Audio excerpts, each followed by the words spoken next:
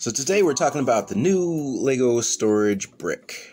It's a brick shelf, 8 knobs is what they call it. So 8 knobs is, the 8 studs on the top.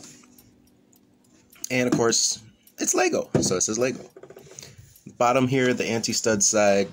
We're going to take this cover off here in a second, but I want to show you it with the packaging so you get a good idea of what you're looking at and what the size is on this.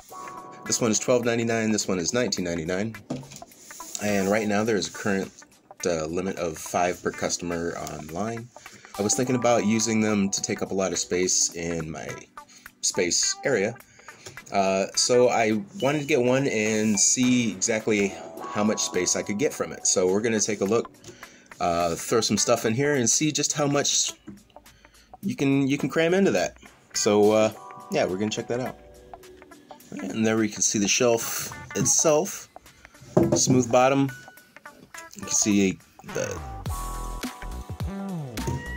bits there on the underside, and yes, this will connect to another one.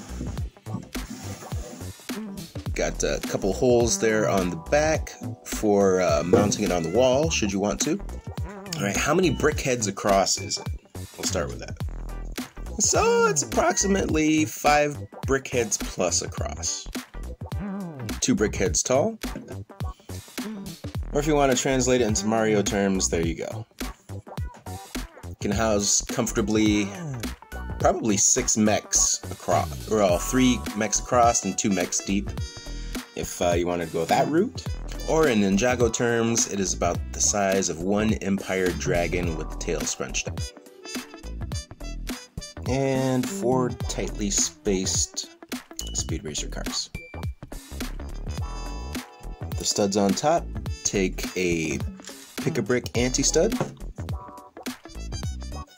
and is also compatible with the mini storage heads. 4 dimensions and studs. We'll use a handy-dandy video ruler here.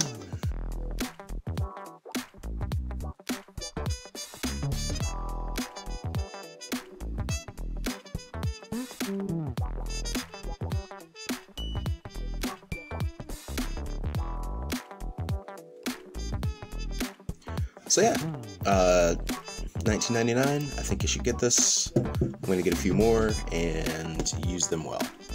Thanks for watching. Bye-bye.